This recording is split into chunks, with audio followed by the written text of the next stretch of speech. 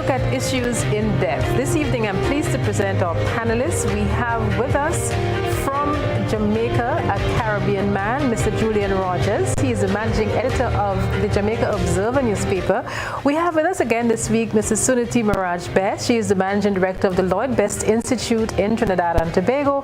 And here at home, we're pleased to be joined by medical doctor, Dr. Terence Marichou. He's a Cuban-trained doctor practicing in Grenada. Lady, gentlemen, it's great to have you with us this evening. Pleasure to be here. Great. So for the last couple of months, we have been looking at COVID-19, various facets of it, and tonight we will focus on vaccines. It has been the topical issue. We will zero in on vaccine inequity because that's an issue being addressed by the World Health Organization and countries across the globe. We'd also take a look at an interesting development. In the GBN News last Thursday, we looked at the fact that Cuba has been testing several vaccines, and they believe that they're very close to ensuring that their population could be vaccinated using their homegrown vaccine. So we'll be looking at that this evening. Let's start this evening, though, with Julian Rogers out of Jamaica. Julian, it's great to have you. He's a Caribbean man, like we said. For some of you who may remember, he did serve at the Grenada Broadcasting Network. Julian, it is so great to connect with you this evening again. It's good to be home on Grand Hands, literally. Literally. So, Julian, you're now based in Jamaica and you're sitting in the hot seat, managing editor of the newspaper there, the Jamaica Observer. Tell us what it's like in Jamaica now in terms of vaccine and how is COVID-19 impacting your economy? Well, and let me just tell you that I have the worst job in the world. I'm the managing director. So that the real challenge is to run a business in this particular environment in Jamaica, where the economy, of course, is severely challenged from the day that the COVID was recognized as a threat. So we've gone through just over a year now, and we have a very sad story to tell in terms of the impact on Jamaica, because we've got nearly 900 people who died already from the COVID in this COVID pandemic. So that's not a happy tale to tell. And in fact, 3 people died within the last 24 hours. So we got some numbers there that really are not comforting at all. In fact, overall, we've had confirmed cases, some 47,000. And as I said, over in the last 24 hours, 77 people confirmed. And that makeup is 39 women and 38 males. So we've had deaths in the age range from 1 year to 86, which again is another worrying trend. But we've gone through the shutdowns, the curfews, etc., over this year, nearly a year and a half now. And we've literally in the last 3 months, we've grown accustomed to the curfew hours, which is 8 p.m. Every evening until 5 o'clock the following morning. And every time there's a big bank holiday weekend, you can be sure that the government shuts down on that bank holiday, no movement whatsoever. So we've got a holiday coming up on the 24th of June, which is the Labor Day celebration here, very different from how it is observed in the rest of the Eastern Caribbean. And so from Friday right through until Tuesday, we'll be in a portion of lockdown and a no move day on Monday, the bank holiday. Can you imagine that? So there's no going to the beach, no going to the rivers, etc. And the whole control of the populace has been tightened over time. But still, people really break the law, very much like how it's been happening in Trinidad and worrying everybody over there. And so we have a number of arrests by the security forces and by the police of people holding parties and finding all kinds of ways in which to enjoy themselves, but creating a very serious risk. And they've gone not just to land-based activities, but offshore as well. People setting up parties on offshore islands and so on. So it's been quite an experience here in Jamaica. It is worrying for all of us, because we really have a one side of the population that is adhering to the protocols. And then we have these pockets of resistance, I would call it, happening in everywhere. I mean, this is not just a a rebellion, so to speak, within the ghettos or the communities that you'd expect, but it's also happening in the well-to-do communities across Jamaica as well. So it is a continuing worry, and particularly so for a country that's relying on tourism as a major money earner. We'd like to see all of this settle down and that we have less instances of COVID on our radar. The only good news we can report in that regard is that in the tourist sector, they've had this resilience corridor, which is really on the north coast of the island, and where visitors have been able to come over time and stay in those properties, etc. And we can say that the hotel workers themselves have adhered to the protocols because we've not had one case of COVID within the hotel sector, and that has got to be a record. And right. that so Julian, may be at the heart of the optimism that exists here in Jamaica, and the hope that with the deployment of the vaccines, that more people will be covered, and that we can really look forward to the day when we can open up truly, because we are open, but we can actually open up and welcome people from around the world and restore the economy. Which is something we want to get into a little later. The whole issue of vaccines, is there vaccine hesitancy? But you've touched on some very important points, and I think we'll take a different approach. We'll go a little differently from the way I originally planned. I'll go to Suniti Maraj, because you spoke about the lockdown and then there's a no-move day. We had some interesting comments coming from Dr. Keith Rowley on the weekend.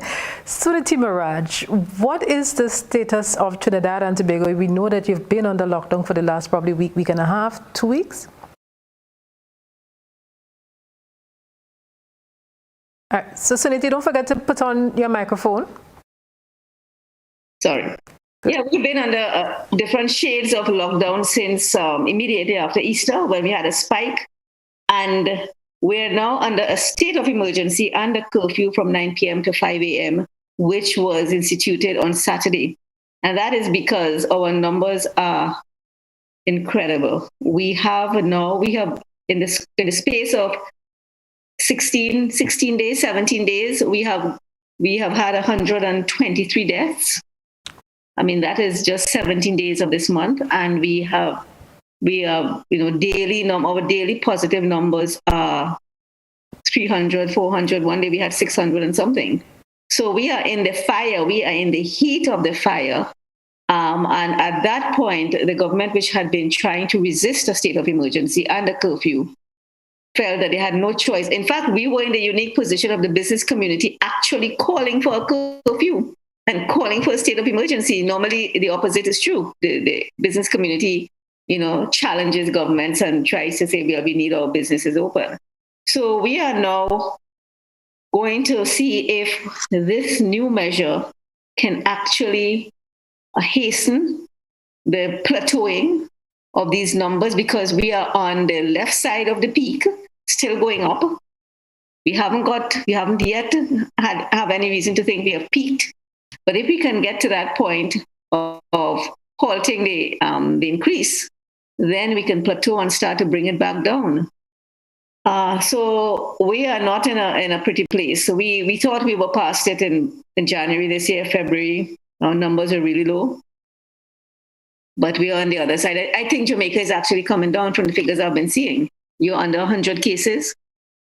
Yeah. We are every day over 100. One day we had 99, but that was because of a data gathering. And for our population is just 1.4 million. So Dr. Maricho, you're right here in Grenada, and good to have you.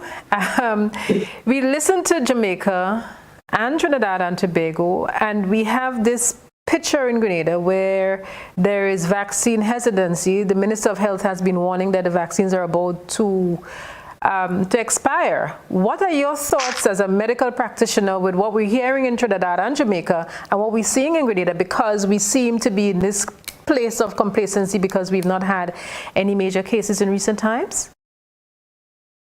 Yeah, I think our situation has been so good in Grenada that there's a level of complacency that has taken over the population. I think maybe because we don't have cases like Jamaica or even more neighboring St. Vincent or Trinidad and other countries in the Caribbean who have a worse situation than us, that the population is taking all of this for granted. And this has led to this level of complacency and vaccine hesitancy as we go forward. Now, I am very, very disappointed in this, and I'll tell you why, because we had such a good situation going for us in terms of the management of this particular crisis, to the point where we hardly had any cases, and we've been touted as one of the success stories as far as management is concerned. And we had a great opportunity to seize on that advantage that we had by getting all people vaccinated, because it wasn't because of a lack of vaccinations. The vaccines are available. But that level of hesitancy that we are seeing here is so disappointing to me as a medical practitioner. And also in the level of misinformation that people are buying into over the last couple of weeks, where, whether it is social media, whether it is all of the negative propaganda, instead of focusing on what is important, which is that the vaccine saves lives. If you get vaccinated, you're not going to die. You're not going to end up in hospital with a severe illness and, with having to go on a respirator and all of these things. And God forbid we have to do this, because we hardly have respirators in Grenada. And sometimes I say, maybe it's bad to even think that way.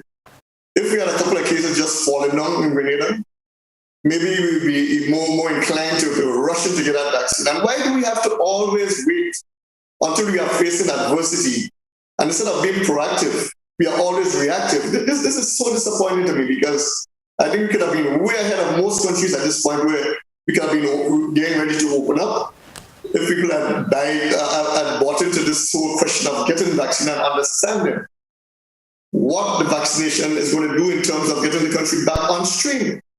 Now, the longer we take to get vaccinated, the longer we're going to take to open up the country. And we know a lot of people are suffering right now in these present conditions, because the economy is not doing well, things are not opening up as they should, and we have had that opportunity, and we can't blame anybody but ourselves for anything that is taking place at this point. Now, a lot of people are waiting, and I don't know what they're waiting on. Some waiting for it to be modified, some waiting for the Cuban one, and people asking me, Doc, what about the Cuban one? When it coming? And I said, you all have to wait for a long time. You better take what you have right now, because what is taking place in Cuba now, they're undergoing trials, they haven't, reached that point where it is being mass produced, and then their priority will be their own population. So we have to take what we have, and remember that we are getting those vaccines through goodwill. We don't have to buy it at enormous cost, because when you think of what the cost is really, for the other vaccines, like some of them, they're waiting for the Pfizer and they want choices as if beggars are choosers in this case. No, I'm not saying literally that we are beggars, but in the sense that people are, through goodwill, are making it available to us, and we are not embracing it as we should. I think, Grenadians need to really, really think very, very carefully as we go forward in terms of, whether we're going to do it or we're not going to do it, and whether, it's going to be as easily available as it is right now, when people see that, through their own goodwill, it is coming into the country, and then Grenadians, they don't want it for whatever reason.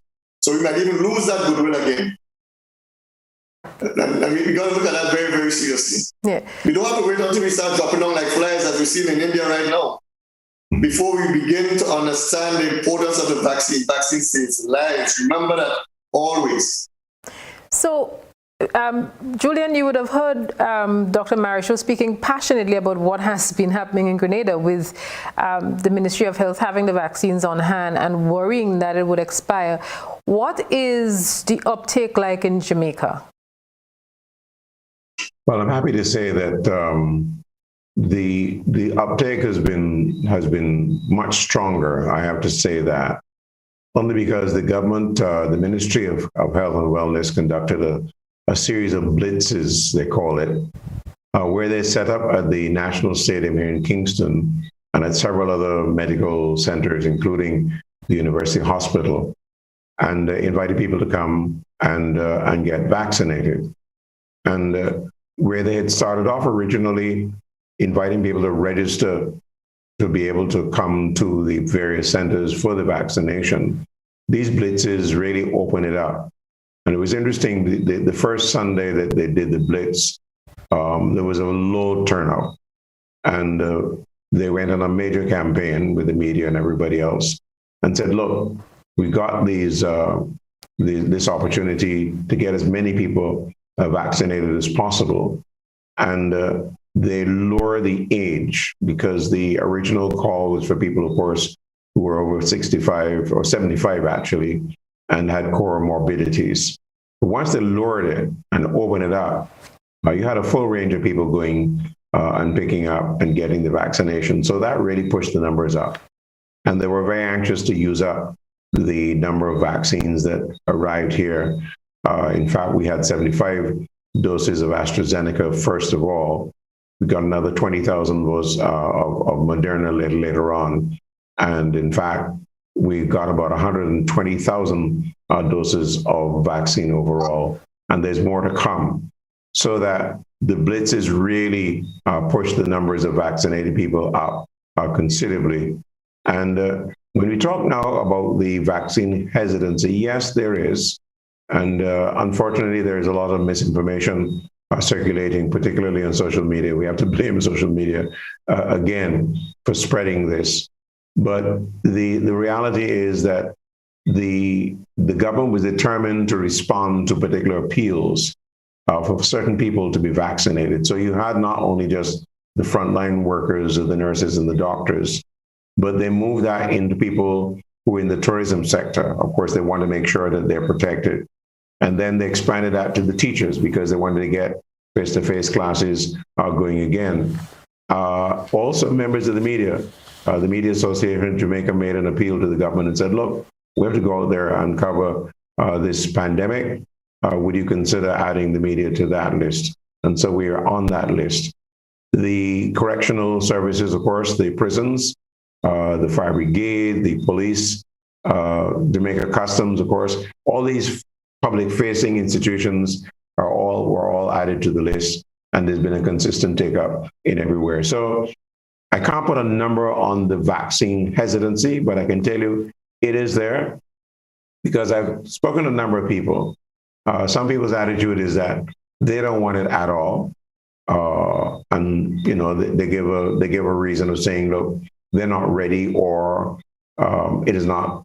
They don't see that they're going around and in great public gatherings and so on, and therefore there's the real need for them to take the vaccine. I have a very good friend of mine here who's been in his home ever since the March of last year. He's not come out of the house at all. His wife would love for him to drive out and go to a restaurant and have a meal, etc. And he said quite clearly, Julian, I'm not taking the vaccine. I'm not leaving home. I'm not exposing myself, etc.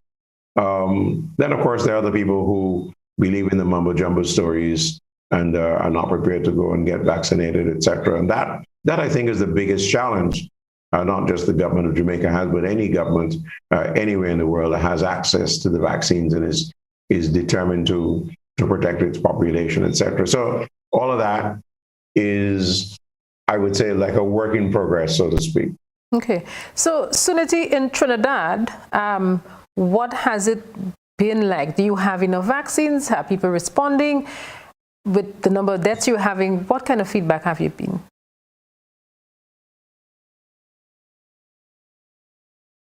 Microphone, Suniti.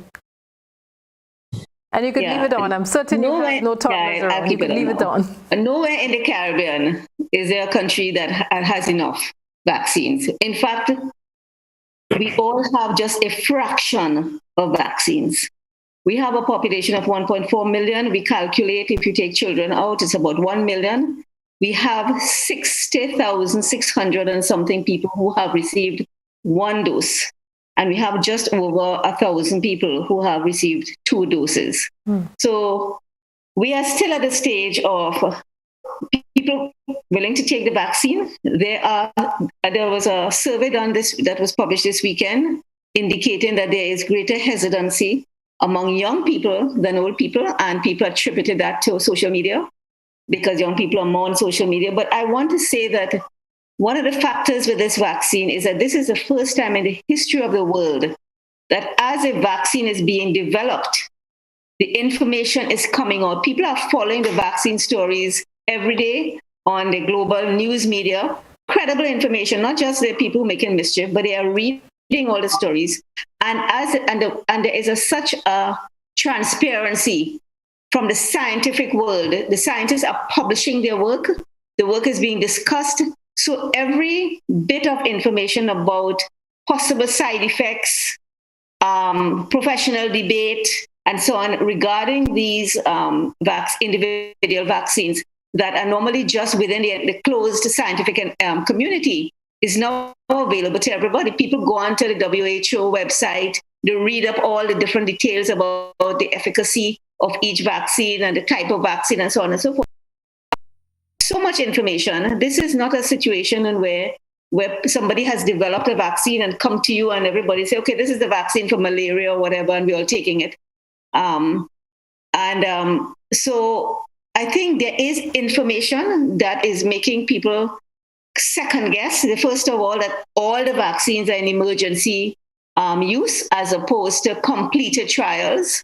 And some people are scared about that. And I think this requires the authorities to not dismiss people's concerns only as a matter of mischief, but to do their own service, to ask their own surveys, to try to plumb the source of hesitation and then respond to that. Because I think people can be persuaded, and because people are getting information in pieces and they're hearing unnaturally in the news environment in which we function.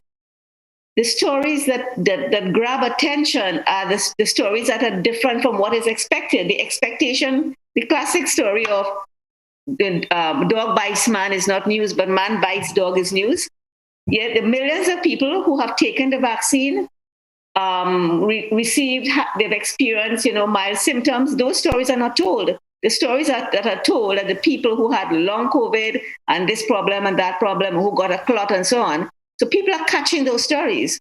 And that needs to be met with credible information. I think we need all over the Caribbean, we have that problem, not just all over the Caribbean, all over the world.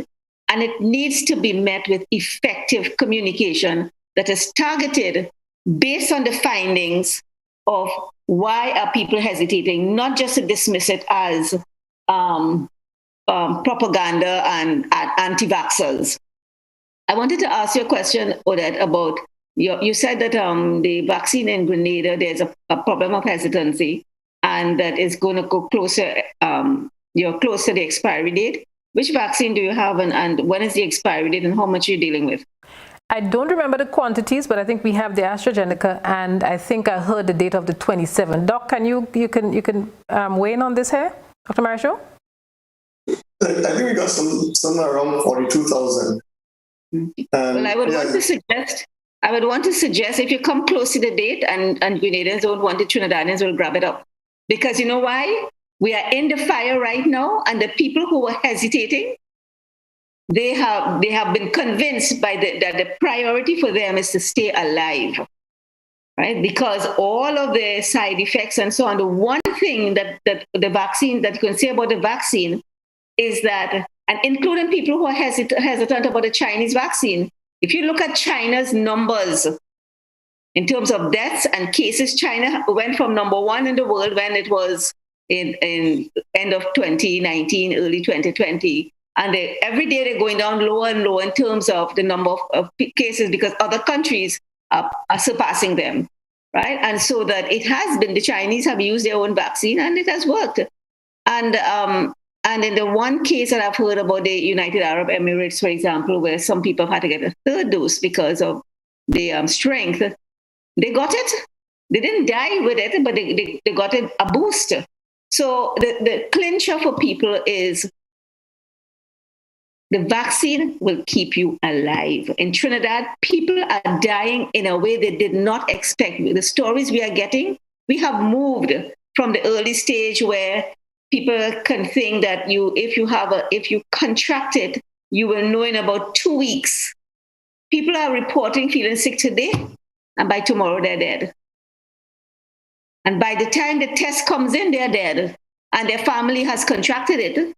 And we are getting numerous reports of members of families, daughter and father, sister, and so on. And I want to tell Grenadians and anybody else who is listening that that is a reality you do not want to engage, because the other horrible thing about this infectious disease is that when your loved one contracts it and goes into the hospital, it is the last time, if they die, that you're going to see them. You get a sealed casket that you can go to in a very small number to the funeral home. The state pays for the cremation and gives you the ashes. None of us want to have that experience. And that is what should tell you, do you want to be part of, do you want anybody that yourself or your family or loved ones can actually contract this thing and die, and you never get the chance to hold their hand and see them even in the hospital to say a prayer with them. I think that Sundi, I mean, you lay it out graphically, but I think people need to come to terms with this reality. I've had somebody a very close friend of mine here in Jamaica, somebody who lived, when I lived back in Barbados, and he lived in Barbados to Jamaica, and I was so happy to come to Jamaica and find that he relocated, come back home to Jamaica. And I've been here, 2 years now. And I saw him, I think last Easter, when I was out in the country on a holiday. And the shocker is to get news 2 weeks ago that he was in hospital and on a ventilator, and days later that he died. I mean, when it comes close, when it comes home to you, I mean, this is a very serious reality. And I think that you paint the picture of reality there by pointing to what we've seen on the international media in terms of how people have been denied the opportunity of seeing their loved ones literally on their last legs, so to speak. And it's happened here in the Caribbean, it's happened in Jamaica.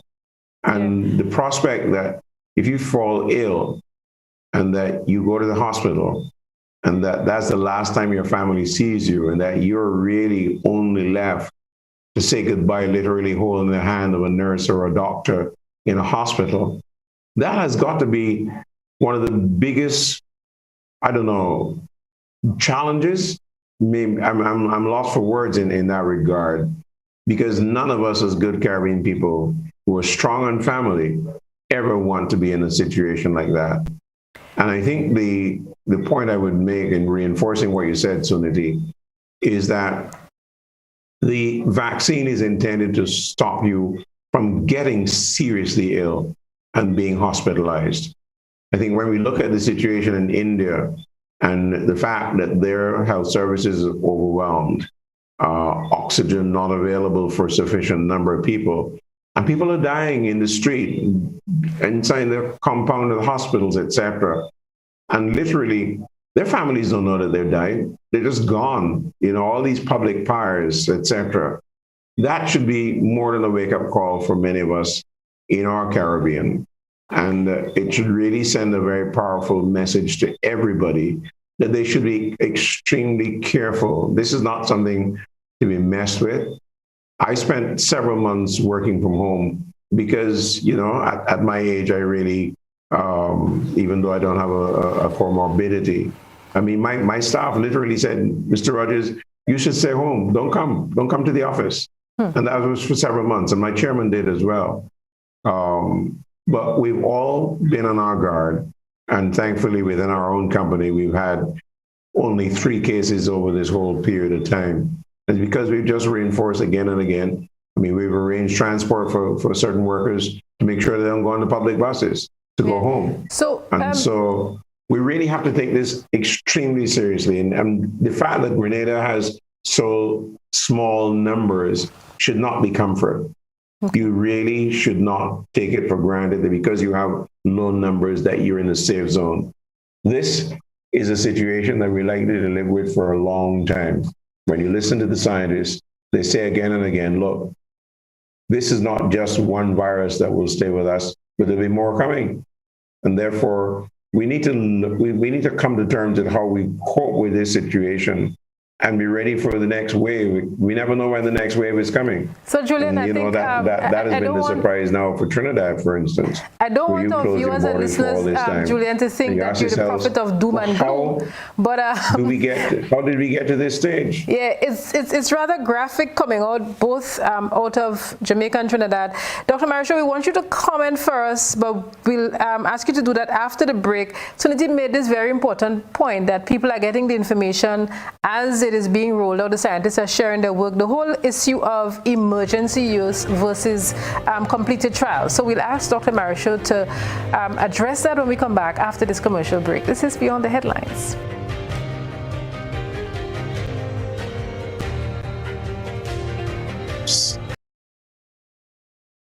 Good morning, Grenlek Meter Reader. Morning, Mr. Meterman. I'm glad I caught you. Last month, I got a very high bill, and I don't understand why. Last month, we were not able to access your meter, so we had to estimate the bill. So what can I do to ensure that my meter is easily accessible? Well, you can get your licensed electrician to move your meter outside of the gate or directly in front of the house. Well, I'll consider that. Grenlek, energizing our Grenada. Are you looking for quality herbs and herbal supplements, or are you thinking about having a complete body cleanse to jumpstart your health? Then no need to look further. Visit Nirvana Natural Health Clinic, Detox Center, and Natural Health Store. We carry a wide range of herbal products for kidney and gallstone cleansing, male sexual enhancement formulas, asthma and sinusitis, gas and bloating, acid reflux, constipation, arthritis, imbalanced hormones, female health issues, liver cleansing, weight loss, and so much more. Also available, colonic irrigation, holistic health consultations, essential oils, and diffusers. Look out for our online natural health store coming soon. Call 231-6642 for 18-7115 or 449-7753 to find out about our delivery options or to book an appointment. Visit us at Belmont St. George's, close to the Fallage, Monday to Saturday, 9 a.m. to 6 p.m. Nirvana Natural Health Clinic. Detox your way to health. Get Rubigas. Get cooking. Rubigas, clean, safe, and reliable LPG is the perfect solution for your commercial and everyday needs. For cooking at home or barbecuing, choose Rubigas LPG cylinders. Available in a variety of sizes from 20 to 100 pound cylinders. Rubigas LPG, clean, safe, reliable. Are you cooking with Rubigas? Get Rubis, get going. We are taking pride in outstanding performance. We are encouraging and recognizing innovation. We are committed to continuously doing things better, with enhanced services coming soon. Yes, we are here for you. Check us out today for your financial need. GUT Credit Union, it's where you belong.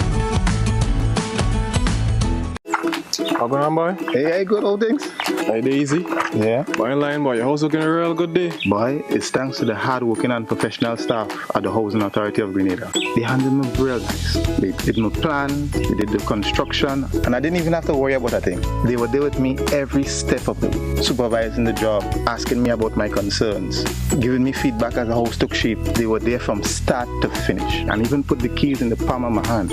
I give them an A++ for customer service. Oh, it's people from housing bad, boy.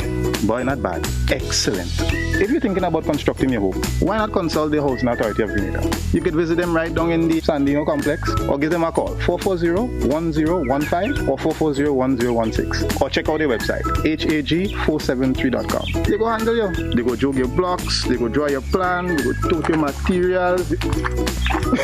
Hey man, where you going? The Housing Authority of Grenada is your choice for affordable housing and a stress-free construction experience. In our our part of the world, we need to be prepared for natural disasters like storms and hurricanes, even outside of the season. I'm sure you'll agree that keeping our loved ones, homes, and businesses safe is important. So, I came up with a few quick tips to help you stay safe. First, make a family disaster plan and ensure that everyone in your household is familiar and comfortable with it. Remember to add batteries and flashlights to your emergency kit. Now, for electrical safety. Familiarize yourself with your electrical panel, as it may be necessary to switch off the power during a storm or flood. Make sure you install a transfer or isolation switch to prevent your generator feeding electricity to Grenlec's line. If trees are too close to power lines, call Grenlec at 237 for advice. By following these easy steps, you will be well on your way to being hurricane ready. Don't be caught off guard by natural disasters. Prepare now. For more information, visit grenlec.com.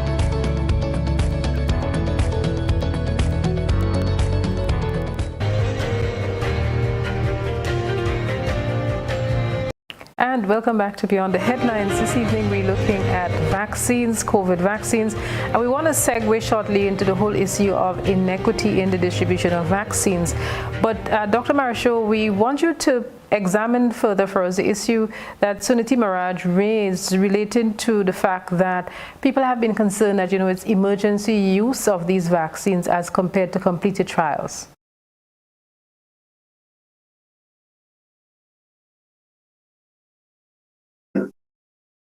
Because there's so much that is unknown about it,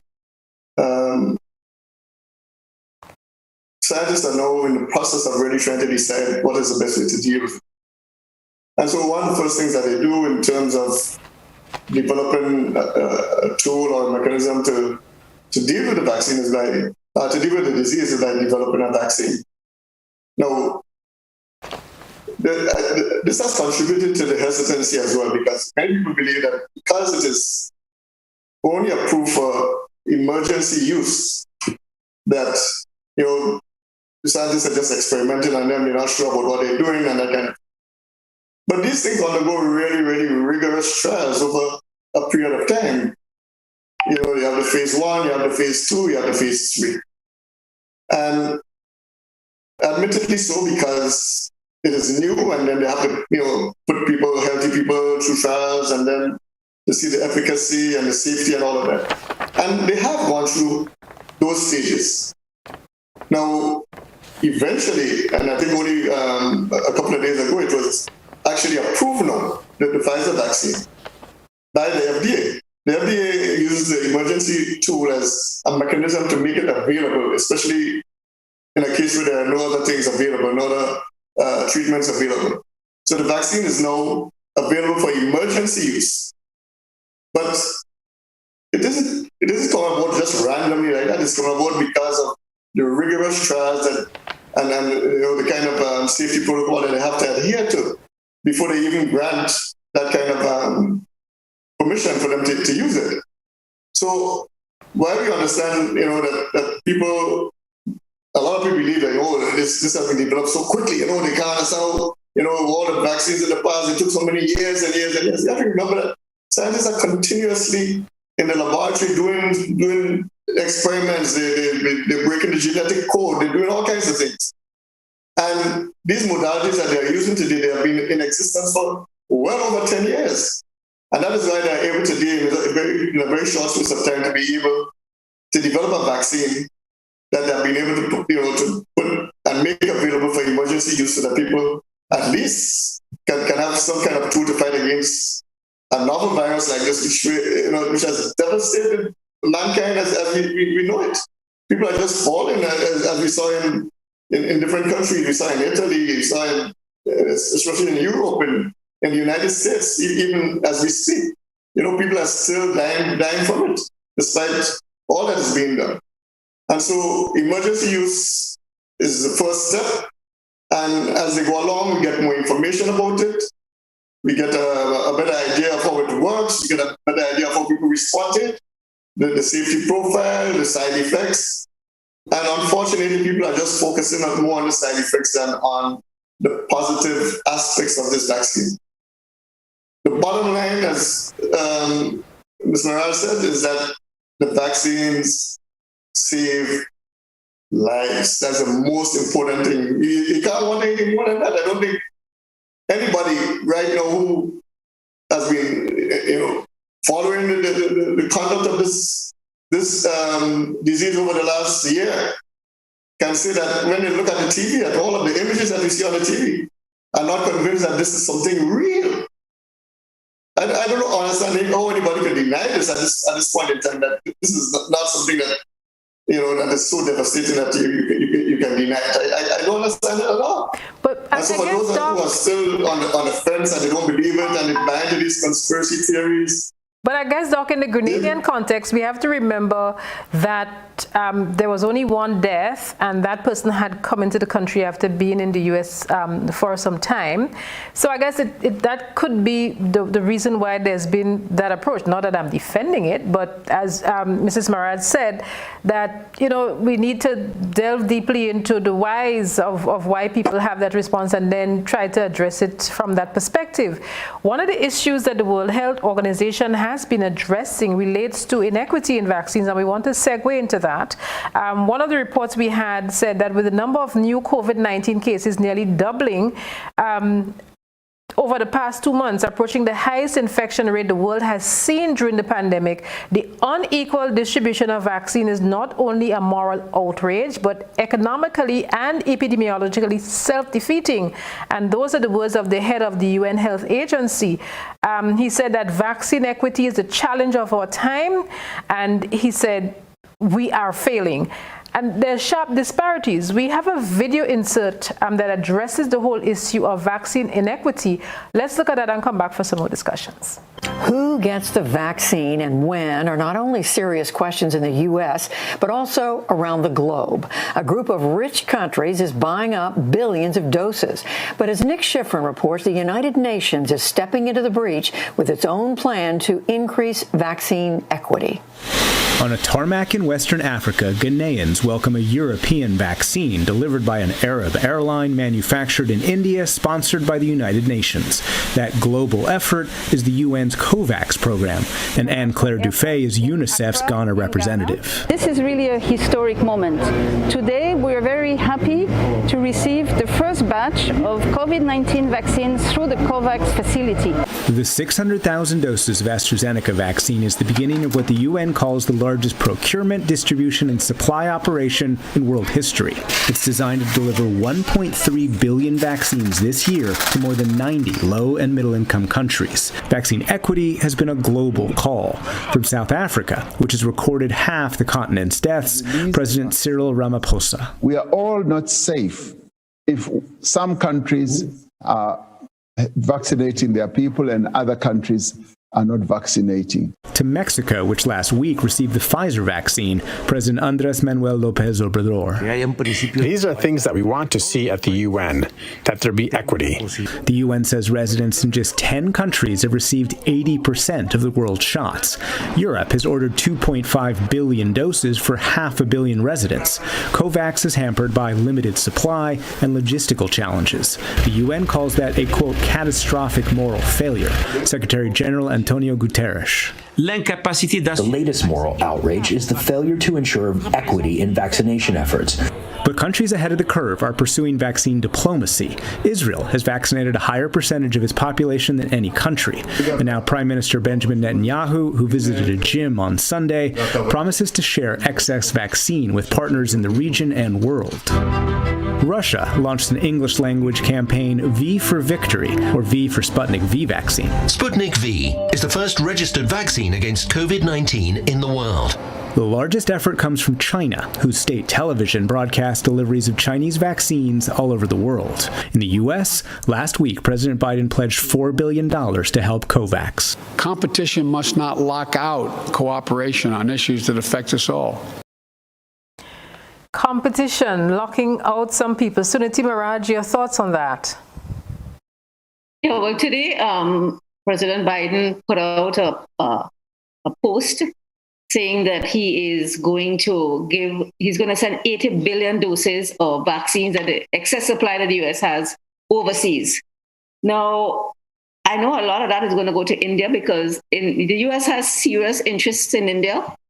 But we in the Caribbean must remind the United States that when it chooses, we are its backyard. We have given the US so much access into the Caribbean, and the United States, under the Monroe Doctrine, sees the Caribbean as part of its property. If you're going to do that for your interest, you have to secure that interest, and I will urge CARICOM to put some muscle in its negotiations with the US and make noise at this time, because it takes so little out of that 80 million doses to vaccinate the entire Caribbean or to give it a fighting chance. We cannot allow and sit back and say, well, we're small and we don't have muscle. We have real muscle. We have countries in the Caribbean that have oil and gas that the Americans need. They have things they want access to through Shiprider, and I think we have to bring to the table all the things that America needs from us and say we're putting that on the table. Prioritize the Caribbean, your so-called backyard, for vaccination. So I think that the fear we should have is that as the OECD countries, that is Europe, Canada, the US, UK, and so on, as they vaccinate their way out of this pandemic, the global news story about the pandemic is going to go lower down. If you look at their newscasts, it's already the Arab-Israeli war. It has taken over. And because so much of the Caribbean people have followed this pandemic on international news, and we kind of believe that what's happening in the US and the US news agenda is ours. In fact, this pandemic is working its way now in parts of the world that had the feeling that they were being spared. That is what is happening in Trinidad, in the Caribbean. We are almost like on the other side of the curve. And so I wanted to say to countries like Grenada and others, the OECS countries, don't take your low levels of cases and deaths for granted. In fact, get your vaccine before you need to get it, to protect yourself, to keep yourself at the level of health that you have right now, because India was there, Trinidad was there. The countries in Africa at the beginning of this pandemic, everybody, the American media was saying, oh, when this virus goes to Africa, and Africa did not produce that reaction at all. Africa has had relatively low rates for most of last year, but you're beginning to see, unfortunately, it's coming at a time when the vaccines are becoming available. So we have to come to a commercial break quickly, but Dr. Marichaux, you want to comment on that here, the whole issue of vaccine inequity? We only have like 30 seconds to take a quick comment before we cross the break and come back and continue the discussions on this. Well, I was just going to say that, this is nothing new. The developed world, particularly the United States and Europe, they have the wealth. And their interest is first and foremost their population. And so they're able to buy up most of it, and the wealthier nations are, in fact, hoarding the vaccine as it is. When the United States has 18 million that it can now donate to other countries, and countries are actually suffering. Not only in this region, which, as Ms. Morales is saying, is their backyard and considered as their backyard, but they don't pay any attention to that backyard until something like a revolution happens.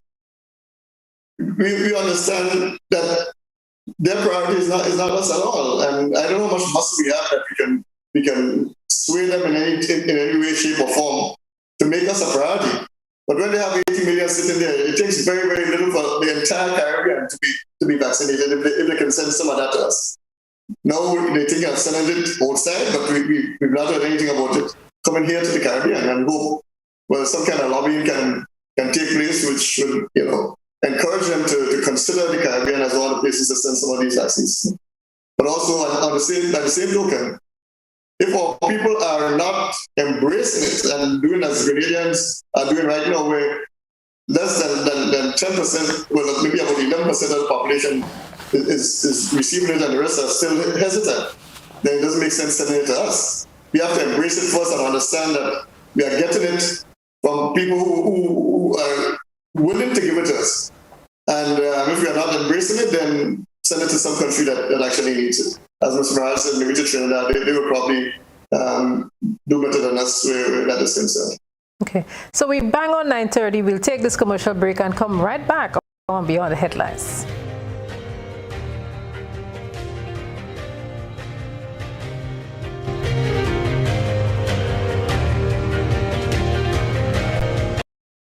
With just $2, you can gift yourself with a chance to win the Lotto jackpot. Now, imagine winning the National Lotteries Authority jackpot of $48,000. Why pass upon this winning opportunity? Lotto, play and win a lot of money.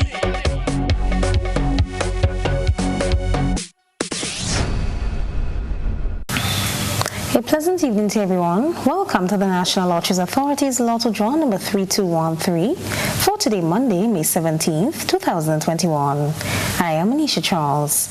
With me this evening is Ms. Makiba Bain from PKF Accountants and Business Advisors, whose purpose is to ensure that this show is conducted in an accountable manner, and the game was with industry standards and in a way stamped with. At this time, your tickets at hand because we are about to play for a jackpot of $48,000.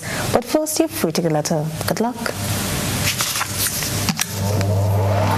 Your free ticket letter for this evening is check your tickets. Your free ticket letter for this evening is A, as in advance. Let's proceed for 5 winning numbers. Good luck. First number for this evening is check your tickets in the meantime. First number is 34. Second number. Second number is 13. Third number. Third number is 5. Fourth number. Fourth number is 12, fifth and prime number. Prime number is 29. Let's recap those numbers. Check your tickets. First number up is 34. The second, 13. Third, 5. Fourth, 12. Fifth and final is 29. So that's 34, 34, 13, 13, 055, 12, 12, and 29, 29. Your free ticket for this evening is A, as in advance. Congratulations to all the winners of this evening's Lotto Draw. Lotto, play and win a lot. When you play all the games of the National Lotteries Authority, supports sports, culture, and nation building. Thanks for joining us. Have a wonderful evening. By now, you should know that the early bird catches the worm. So, what are you waiting for? Put wings to your feet and head to your nearest scratch seller. For every quick sevens scratch ticket you buy at $2, the NLA gives you 7 chances at winning as much as $7,000. Scratch the entire play area for your 7 chances at revealing as much sevens and win the corresponding prizes. Win easy with Scratch. Must be 18 or older to play. Are you looking for quality herbs and herbal supplements? Or are you thinking about having a complete body cleanse to jumpstart your health? Then no need to look further. Visit Nirvana Natural Health Clinic, Detox Center, and Natural Health Store. We carry a wide range of herbal products for kidney and gallstone cleansing, male sexual enhancement formulas, asthma and sinusitis, gas and bloating, acid reflux, constipation, arthritis, imbalanced hormones, female health issues, liver cleansing, weight loss, and so much more. Also available, colonic irrigation, holistic health consultations, essential oils, and diffusers. Look out for our online natural health store coming soon. Call 231-6642 418-7115 or 449-7753 to find out about our delivery options or to book an appointment. Visit us at Belmont St. George's, close to the Foliage, Monday to Saturday, 9 a.m. to 6 p.m. Nirvana Natural Health Clinic. Detox your way to health. Total is one of the world's largest oil companies with a top quality line of lubricants. Total Lubricants has a full product line from passenger cars, motorcycle, heavy industrial equipment, mining, trucking, agriculture, and manufacturing machines and vehicles. Total Lubricants, winning championships in motorsports, including Formula One and World Rally Championships. Total Lubricants are available at all Rubis service stations, leading automotive shops, and distributed by Huggins.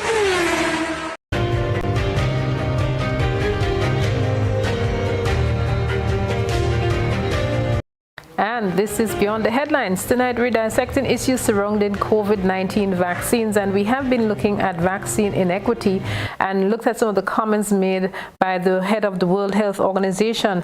And in driving home the point about inequity in vaccines, he noted that 832 million doses have been administered. Of that quantum, 82% have gone to high or upper middle income countries, while only 0.2% have been sent to their low income peers. In high income countries alone, 1 in 4 people have received the vaccine, a ratio that drops precipitously to 1 in 500 in poorer countries. Rapidly spreading variants, the inconsistent use and premature easing of public health measures, fatigue with social restrictions, and the dramatic inequity in vaccine coverage all have led to an alarming spike in new cases and deaths, and that's according to the World Health Organization. Julian, any similarities here with what's been happening in Jamaica? You did mention that, people are just tired of being in lockdown. Well, I think the point that Suniti made is very important. I think this is the stage at which we really have to raise our profile and make the most of our lobbying efforts. We do have a number of Caribbean representatives sitting down at the United Nations and also at in Washington, D.C. as well. And in fact, only yesterday I was talking with the CARICOM community's permanent observer at the United Nations, Ambassador Missouri Sherman Peters. And I know that she has really been at the forefront of pushing this particular agenda. And I'm sure that this was also a subject that came up in a recent meeting between the United States Secretary of State and the CARICOM foreign ministers.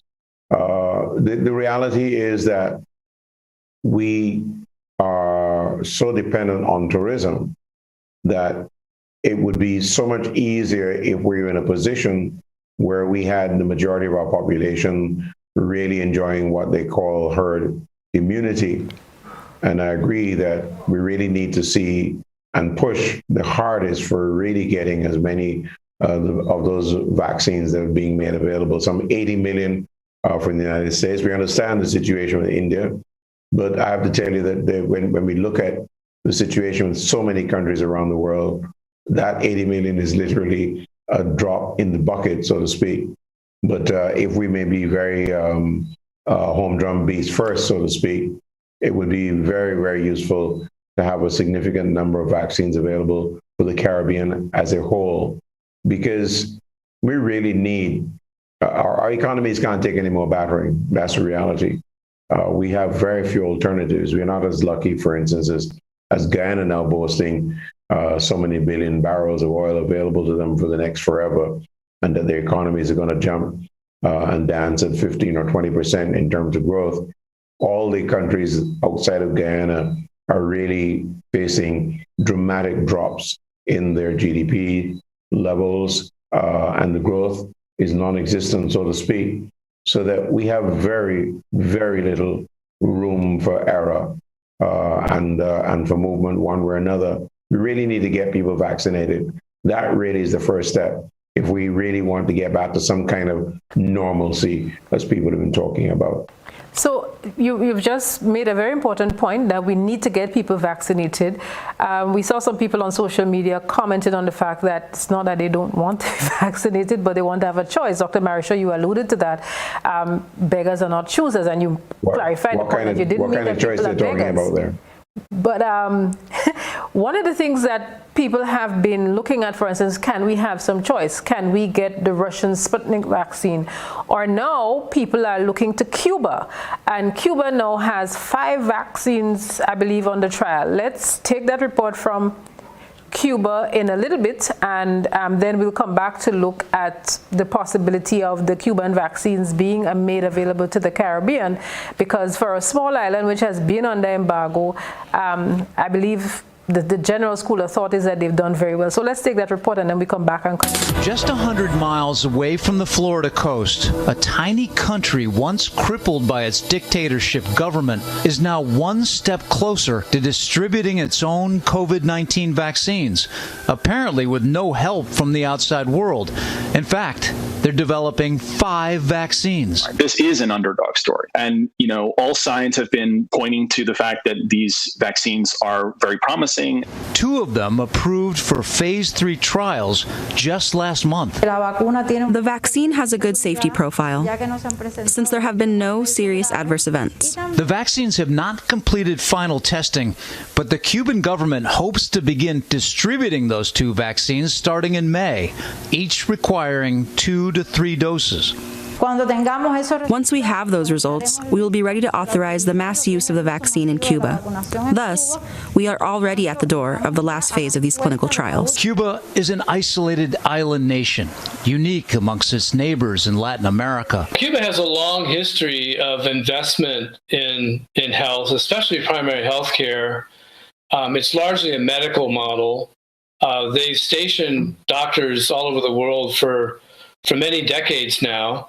And they also have a long history of vaccine development, especially for the childhood vaccines that we all are familiar with: measles, pertussis, tetanus, etc. While other neighbors in the region are buying COVID-19 vaccines from countries like Russia, China, and India, Cuba has decided to go it alone. If it is good and if it is approved for emergency use or any type of registration authorization, then we would consider a massive vaccination plan for the population. For a low-income country like Cuba, creating an effective vaccine of their own could provide a boost for Cubans, both medically and financially. With the Cuban vaccines, they don't need to join the long line of countries bartering for doses, and they may eventually be able to sell their vaccines to others or even promote vaccine tourism to their shores. Suniti Maraj, vaccine tourism to their shores? Yeah, if the Cuban vaccine were available to me tomorrow, I would take it. But it is not. And every doctor will tell you the best vaccine is the vaccine in your arm, the one you already have. We don't have a boutique with all the different brands of vaccines that we can go and say, we like this one, we don't like that one or the other. Cuba has done a remarkable thing. And my own position is that CARICOM should have had some way of making an investment in Cuba. Cuba needs some foreign exchange for its own work. It is short on equipment, it's short on all kinds of things, and we should invest. And we should really sharpen our relationship in science and innovation with Cuba. And the Caribbean would develop its own vaccine, and we would have the skills. All the islands would have their best people going to Cuba. I know the University of the West Indies has joined with the University of Havana, and they have set up the Institute for Sustainable Development of the Caribbean. But that institute is still in the embryonic stage, and hopefully it is a platform from which we can build a regional capability for scientific innovation. The Cubans are way ahead because they have had to invent their way out of the embargoes. So the Cubans are remarkable, but they have roughly 12 million people. Their vaccines, they have begun, they're using it in an absolutely emergency use basis for health workers right now, but it's on trial with us, both of them, the Aldana and the Soberana 2. They are in trials with a limited number of people in Cuba, which is like around 40,000 each. So they are still in the very preliminary stage. You know how many lives could be lost in the wider Caribbean of people waiting for a vaccine that is not yet ready? I know they're pushing this. There's a push to get the Cuban vaccine out like around September or so. But every vaccine that we have hoped to get has been delayed much longer than we expected to arrive. And you could find yourself waiting for months. The point is, this is the time to vaccinate yourself. If you wait until you get ill, you wouldn't need the vaccine for 6 months because you would have created, if you survive it, that is, because you may not survive. But if you actually let yourself get ill and very sick, and everybody tells you, They have never had a feeling of being ill as they get with COVID, even when they survive. And there's a risk of what they call COVID long, which is for the rest of your life, almost, you have all kinds of problems that you have to live with. This is really a terrible thing. So I think that there's a lot of pride all of us in the Caribbean should have about the vaccine. And I think about the Cuban vaccine, I take great pride in it. And as I said, I would take it tomorrow, but it is not ready, and it won't be ready for me or anybody in the Caribbean and outside of Cuba, and in a very limited basis for Cubans. Dr. We can't wait for that if we have a vaccine available to us. I want to make one point as well, which is that all the vaccines, I think I heard Dr. Marisho talk about maybe Pfizer not, but all the vaccines that are available are on emergency use right now. All of them. It's not just AstraZeneca, or it's not just Moderna, or it's not just Johnson & Johnson's. All of them, because we are in a pandemic. We can't wait for the 10-year trials. That's why it's an emergency use. Okay. Dr. Marisho, as you talk about that, Sundi, you talk about the trials, I think it's important to make the point of the scientific research and the push that was possible in the development of these vaccines. And I think we have to give credit to a number of people, among them the American Kizzmekia Corbett, who was that 34-year-old doctor and scientist who worked on these vaccines and was able, with their National Institutes of Health, to partner with Moderna to roll out the very first vaccine, et cetera. I think that's gone a long way, in fact, of also helping to reduce the vaccine hesitancy among Black people because of the very sorry history in the United States. I think, though, that one of the problems we face in our Caribbean, we always say that a little learning is a dangerous thing. Well, I think it has come to the fore in all of the debates that we've heard about the vaccine and the vaccine hesitancy. I think people pick up a number of stories. They go back to that old history that they pick up from the United States, for instance, in the syphilis trials and so on Black people. That's one thing. But I think we also had the problem with the report of clotting, which was like one person in millions. And therefore, that was another concern that was raised and so on. But I think that we really need to get beyond this. I mean, one of the things that I've heard said again and again is, look, if you're in doubt, why don't you talk to your doctor? Your doctor who's looked after you for all these years is really the expert you need to rely on. He's a scientist, he's a specialist, and they're the ones really to give you the comfort and to answer all the questions you have as regards to vaccines. The other element we should bear in mind is that we've all been taking or have had vaccines for many years. Just look back at the vaccines that all our children have had. We have had as children for the last, I don't know, maybe 100 years or more.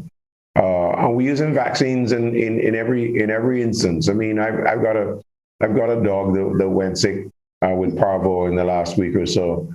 I have to trust that the vaccines that she was given are working, and I have to say, yes, they are working. So I think that we really need to work at reducing all this doubt about the vaccines. They have been produced, not necessarily in record time, because if you look at the work that this Dr. Corbett has done, she's been at this for more than 6 years. And she's been a specialist. She and her team as a specialist in this area of developing vaccines for coronaviruses, working as well on a flu virus vaccine, et cetera. So there's a lot of work that's been going on. It didn't happen overnight, didn't happen in the last year, et cetera. But what has accelerated is the availability. And this is where we get to that emergency use, which has been approved in the United States and several countries, and of course supported by the World Health Organization in Geneva. And as Suniti would have mentioned, Cuba has really done a remarkable job.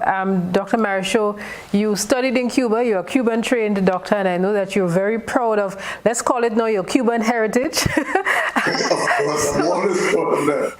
Your thoughts on the efforts being made by Cuba to at least have 5 vaccines on the trial? I think it's an extraordinary feat, but it really has a lot to do with the vision that the former leader had for Cuba in the 1980s, when he announced that he was going to make Cuba a biotechnical juggernaut in the country. And the fact that today that Cuba is the only country, the smallest country in the world compared to the large ones that are producing vaccines, has been able to produce not one, but 5 different ones. You know, and you just, and considering again that Cuba is a blockaded country. And so a lot of the raw materials, a lot of the machinery, they have to get it from sources that, you know, we couldn't even begin to imagine because, you know, the extraterritorial aspect of this this blockade, which prevents other countries from doing business with Cuba. The United States will not do business with them, or they will ban their ships from coming in. I mean, people have to understand what Cuba has had to deal with. In addition to that, the deliberate attempt on the part of the US media, the propaganda machine, to suppress that information. You hardly hear anything about the Cuban vaccine. And all it has to do with, you know, the influence of big pharma and all of that. But Cuba is not producing a vaccine primarily for profit as AstraZeneca and Pfizer and Moderna and all of these are doing. Cuba is really first and foremost looking after their own population because they cannot afford to buy as we can buy and access from countries like the United States and England. They have a particular situation. They have, you know, limitations that we do not have. And so the fact that they have been able to develop their own vaccine, in spite of all of the attempts to blockade them, in spite of all of the attempts to prevent them from developing in a way that other countries have been able to. And even the lead into the thing where they said, you know, the country that was suppressed by its communist leaders and whatever it is able to, they've been working, this is part of the Cuban profile. Cuba has long been a supplier of vaccines and doctors to the rest of the world, especially the developing world in Africa and Asia, and even recently to Italy as a developed country. And so it is nothing new, and that's part of the DNA. When you're talking about vaccines, now we're talking about DNA. The Cuban DNA is one that speaks to developing things not for their own self, but for humanity. And so whenever it becomes available, and for the people in Grenada who are waiting for the Cuban vaccine, we understand the sentiment.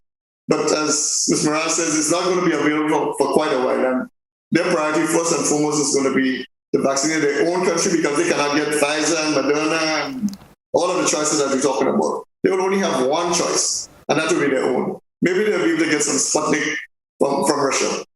But at the same time, there's this deliberate attempt to suppress. Remember, Sputnik was the first one that was developed, you know.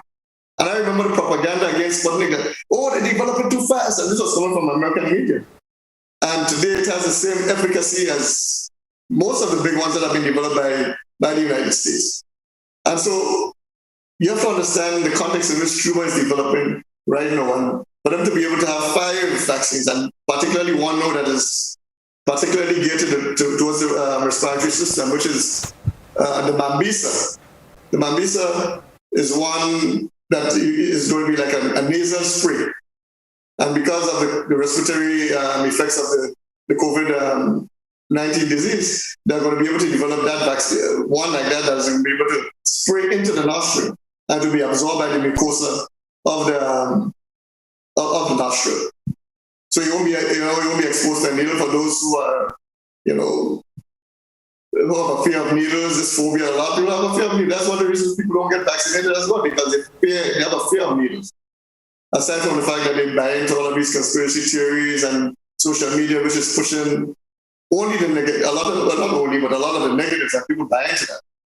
But Cuba is, at some point in time, is going to have one that you're going to be able to spray into your nostril rather than to have one going into your arm. All right. And so it's going to become available at some point, but it won't be for profit. For many countries, it's going to be given them at cost. In some cases, they're going to be giving them free. And in other cases, they're going to make a profit off of it through tourism. So we one quick one now. Julian, just give me 1 second, Julian. People asking about choices.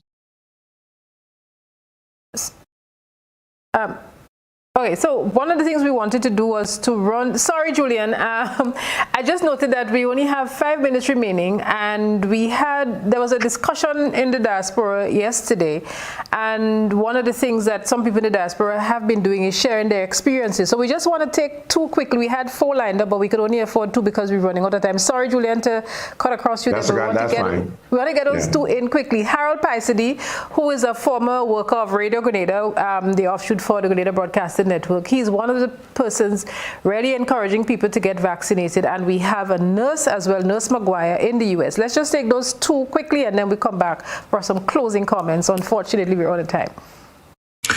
This is Harold Paisidi in New York. My fellow Grenadians, I am urging you to take the COVID-19 vaccine. As we fight this dreaded disease, the science has proven that taking the vaccine substantially reduces the possibility of you being hospitalized, hooked up to a ventilator, fighting for your life. Grenada's low positive cases today is no guarantee of the same tomorrow. Let's be proactive. Get vaccinated, save lives. Hi everyone, my name is Wendy Maguire. I am a nurse practitioner. I work with COVID patients every single day. I'm also a COVID survivor. COVID almost took my life. I'm sitting here today because of the grace of God, the immunity from COVID, and also the vaccine. I'm urging everyone about the importance of the vaccine, folks. It can save your life. Every single day I work with COVID positive patients.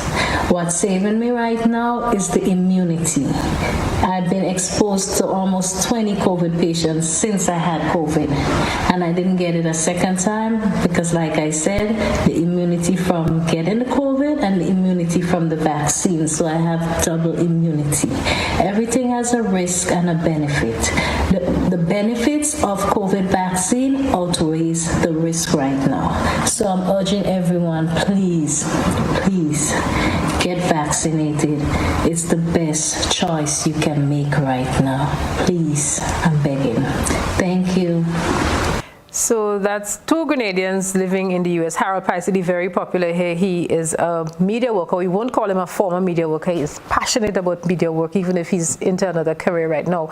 So as we close it, 30 seconds closing comment from you, Julian. We're watching the clock, 30 seconds. The buzzer will go if you go over 30 seconds. I just wanted to say that people should remember that there's not a choice as far as the vaccines are concerned. If you get AstraZeneca, you take both of those shots. You don't get AstraZeneca and then Moderna or Pfizer, as the case may be. So just remember that.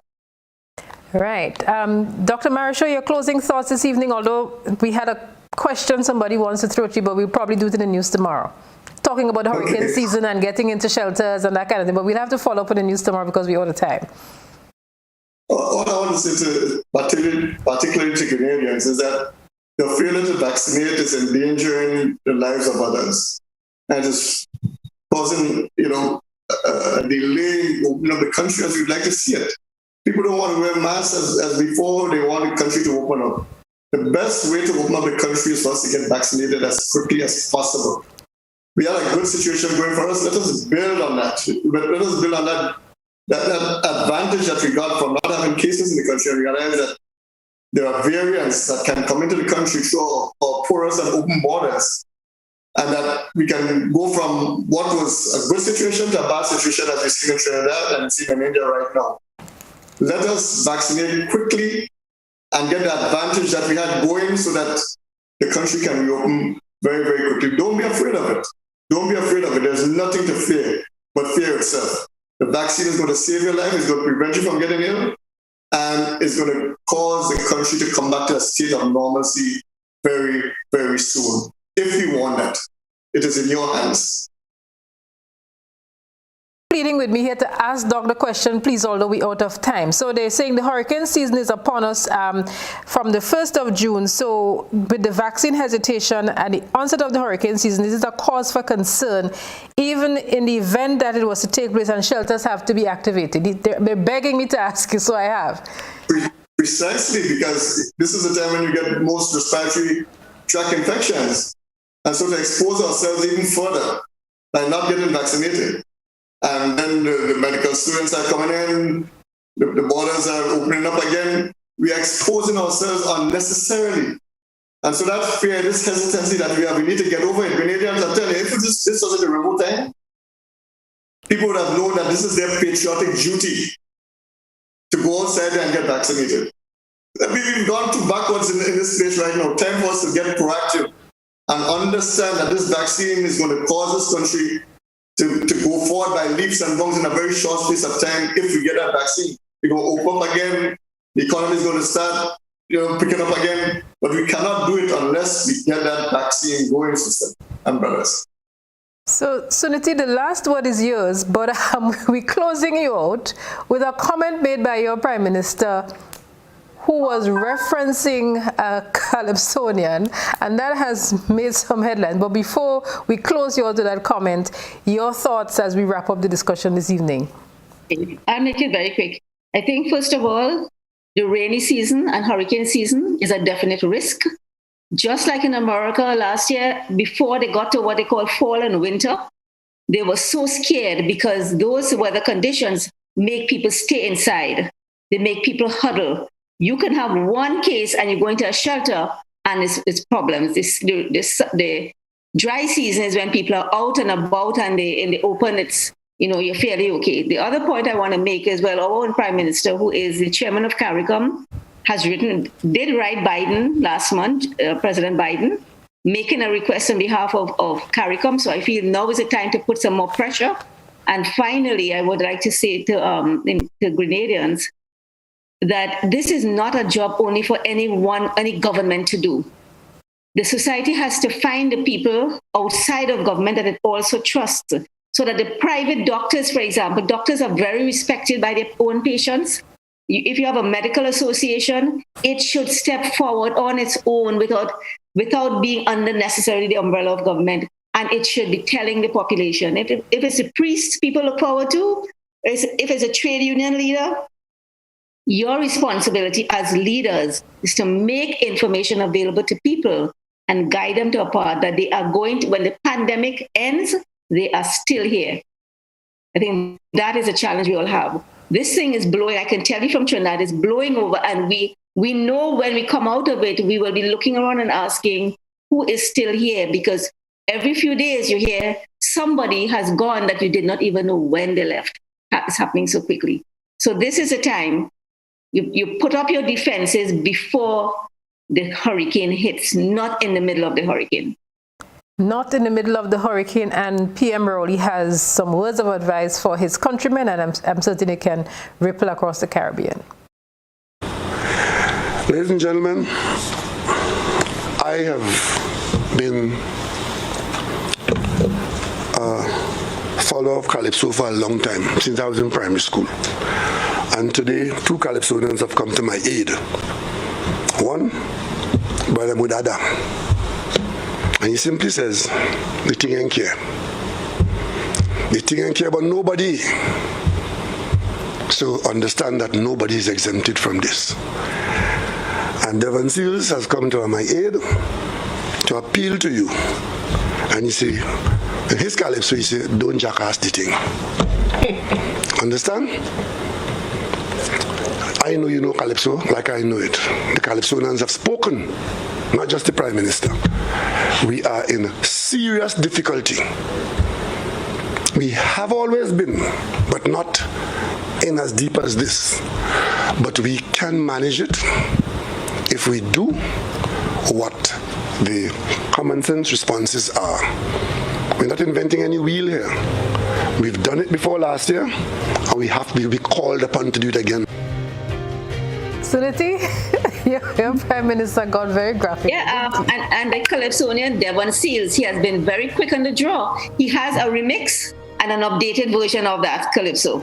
Because, of course, this is the moment, the entertainers.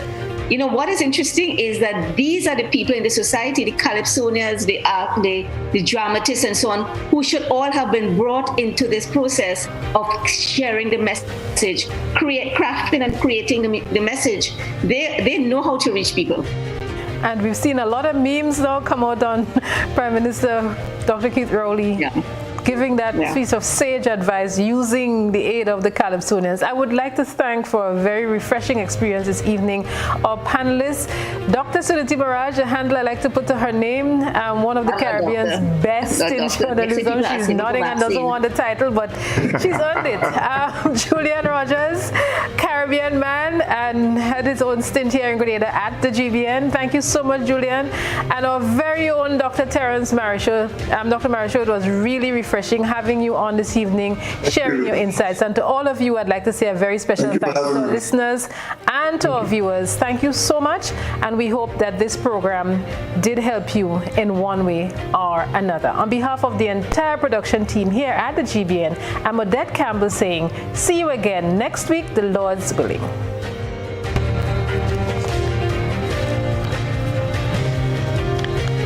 Mike, you hear the